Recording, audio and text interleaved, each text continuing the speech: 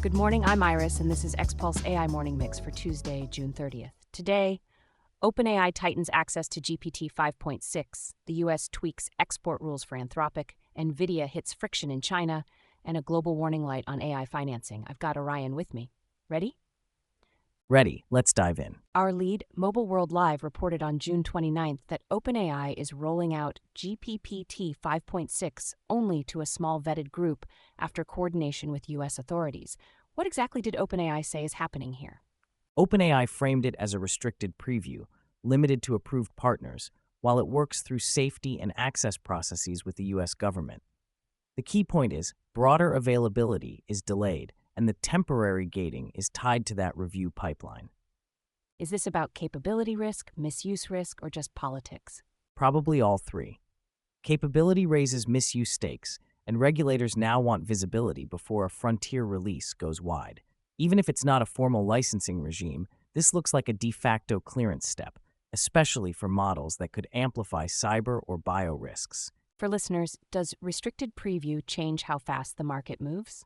Yes, it concentrates early advantage in a handful of partners who get to prototype products, fine-tune workflows, and lock in customers first. Everyone else waits, which is great for caution and terrible for your FOMO. Very on brand for 2026. Staying with access controls, Forbes reported June 29th that the U.S. partially lifted export restrictions on Anthropic models, allowing limited access to Mythos while still blocking Fable 5. What changed? The Commerce Department is permitting select U.S. cybersecurity firms and vetted users to access Mythos, but Fable 5 remains restricted. International access is still broadly constrained, so it's not open exports. It's a narrow carve-out for specific security-oriented use. Why carve out cybersecurity first? Because cybersecurity is both a major risk area and a major defensive use case. The government can argue, we'll let vetted defenders use powerful tools, while still limiting proliferation that could help attackers or enable automated vulnerability discovery at scale. And keeping Fable 5 blocked, what does that signal? It suggests the U.S. is differentiating models by perceived risk, capability thresholds, autonomy, or tool use profiles. Expect more of this model-by-model governance, not one blanket rule, but a constantly updated scoreboard that labs have to negotiate. So the frontier starts looking permissioned. Exactly, frontier access is turning into trust tiers, less app store, more airport security line. On the hardware front, ABC News reported June 29th that Nvidia's AI chip sales growth in China is stalling as domestic players, especially Huawei, gain ground. What's driving the shift? Two forces, geopolitics and substitution. Export restrictions and supply uncertainty push Chinese buyers toward local accelerators, and Huawei's ecosystem is getting good enough for more workloads. Once software stacks and procurement pipelines switch, it's hard to win that share back. Does this meaningfully hurt Nvidia, or is it just a regional reshuffle? It's a meaningful reshuffle. China is a huge market, and even partial displacement changes Nvidia's growth curve. Nvidia can offset with other regions for a while, but the bigger issue is strategic. A parallel hardware and software stack is solidifying. And for companies building models, does this split the world into two compute lanes? More and more, yes. You'll see dual target deployment. One path optimized for Nvidia and the Western cloud stack, another for Chinese accelerators and local clouds.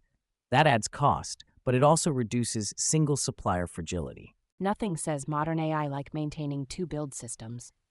DevOps, but make it geopolitics. Now the money. Quartz covered a bank for international settlements, warning on June 29th. An AI spending boom plus complex financing could amplify market risk. What's the BIS concerned about? They're worried that massive AI capital expenditure, especially by hyperscalers, combined with debt and more complex structures like circular financing, can create fragility. If valuations reverse sharply, the unwind could be faster and more contagious than investors expect. Circular financing sounds like the kind of phrase you hear right before a very long meeting. It's basically money moving in loops, firms funding partners or customers in ways that help sustain demand for their own build-out. It can work, but it can also mask true risk and inflate assumptions about durable cash flows. Is this a call to slow down AI infrastructure? Not necessarily. It's a warning about leverage, concentration, and correlated bets. If every balance sheet depends on AI demand grows forever, then a single shock, power constraints, regulation, model commoditization, can ripple through financing and capex plans. So the risk isn't it's everyone making the same bet. Right? When optimism becomes a shared dependency, it stops being optimism and starts being systemic exposure. Let's do a rapid run-through of the other moves worth knowing today. Start with healthcare. What's the headline? Executive Gov reported June 29th that Health and Human Services will prioritize guidance and coordination to accelerate clinical AI adoption after reviewing more than 7,000 responses. Think standards, procurement alignment, and clearer oversight. Less hype, more how do we deploy this safely? And the policy fights around export controls. Anything brewing? Politico reported June 29th that export controls on frontier models are sparking a First Amendment debate, with advocates pointing to code as speech precedent like Bernstein versus United States. Translation: there may be litigation testing how far the government can restrict sharing or interacting with frontier systems.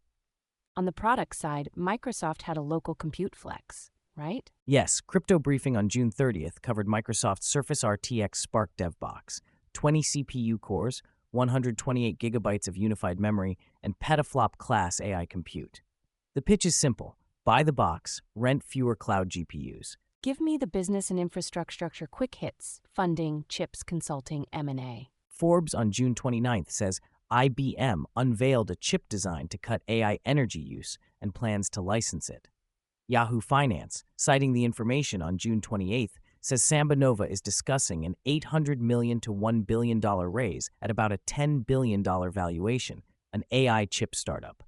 Business Insider on June 29th says consultancies like BCG and Accenture are shifting toward outcome-based fees as clients demand risk sharing.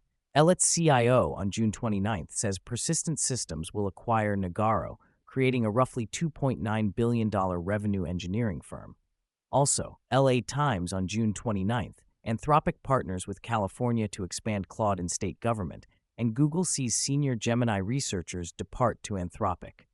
Business Insider on June 29th tracked 2026 layoffs across more than 35 firms, and the U.S. Senate on June 29th introduced the Aging with Artificial Intelligence Act to study impacts on older Americans. That's X-Pulse AI Morning Mix from X-Pulse for Tuesday, June 30th. Share it with someone who'd find it useful. See you next time.